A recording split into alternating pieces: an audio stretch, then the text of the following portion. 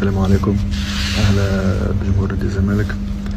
حقيقة لقيت نفسي مجبر اللي نعمل فيديو، يمكن مش متعود، اول مرة نعمل فيديو نتكلم فيه. حبيت نشكركم واحد واحد، تفاعلات كبيرة ومسجات عظيمة. الحقيقة كلام يمس في القلب. يمكن نشارككم اليوم موقف صار لي الصبح.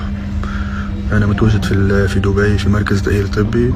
انا جاي الصبح للمركز ولقيت واحد زملكاوي، يعني لالي شيء، سايب شغله سايب حياته مستنيني باش يعبر على شكره ليا وامتنانه. الحقيقة موقف مسني برشا، حبيت نقوله لكم وحبيت نشكركم على تفاعلاتكم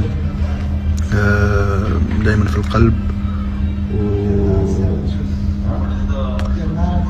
والله ممكن كلمة ما قلتهاش في البيان اللي هبطته.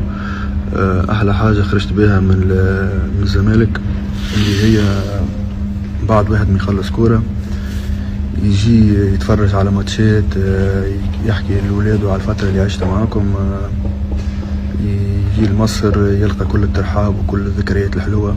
هذه بصراحة ما تشريش بالفلوس.